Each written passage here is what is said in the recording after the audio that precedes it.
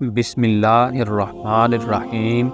السلام علیکم ناظرین محترم، آج میں آپ کے ساتھ ایک ایسا واقعہ شیئر کرنے جا رہا ہوں جو واقعہ ہے ایک ظالم و جابر بادشاہ کا، جو اپنی رعایا پر بہت زیادہ ظلم و ستم کیا کرتا تھا۔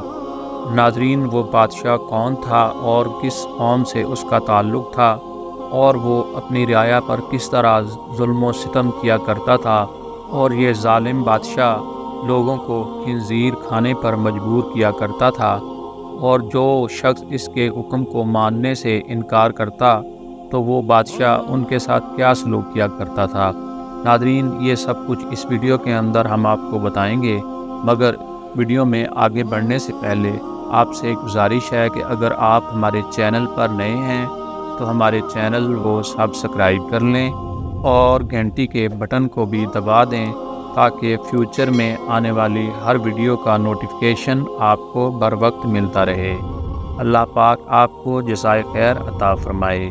ناظرین محترم، پرانے زمانے میں بنی اسرائیل کا ایک بادشاہ تھا جو کافر ہونے کے ساتھ ساتھ بہت ہی ظالم و جابر بھی تھا، جو لوگوں کو خنزیر کا گوشت کھانے پر مجبور کیا کرتا تھا، اور جو آدمی انکار کرتا تو اسے سخت سزائیں دے کر ہلاک کروا دیتا۔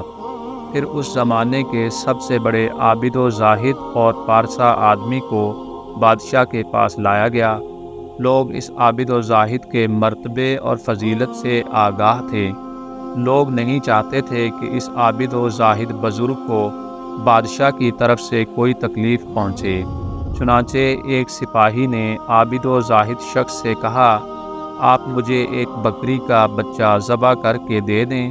جب بادشاہ کہے گا کہ اس عابد و زاہد کے سامنے خنزیر کا گوشت پیش کیا جائے تو میں وہی بکری کا گوشت آپ کے سامنے پیش کر دوں گا، تو بادشاہ یہ سمجھے گا کہ آپ نے اس کی خواہش کے مطابق خنزیر کا گوشت کھا لیا ہے، اور اس طرح آپ بھی ہلاکت سے محفوظ رہیں گے۔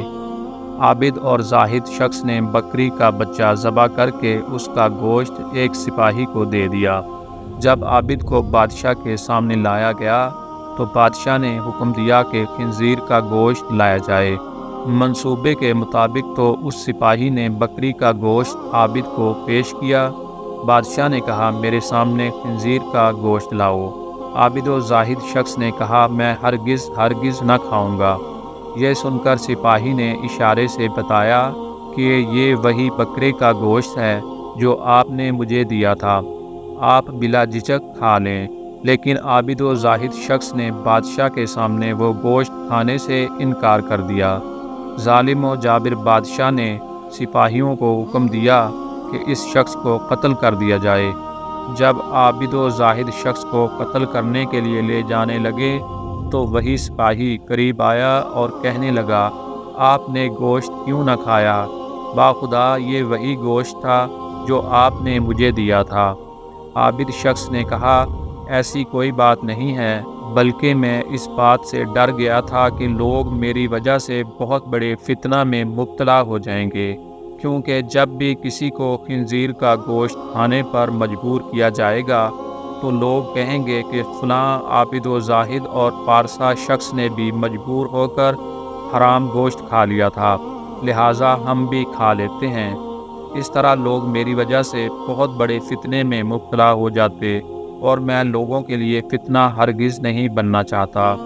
اور یہ کہہ کر وہ عابد و زاہد اور پارسا شخص خاموش ہو گیا، اور بادشاہ نے جلاد کو حکم دیا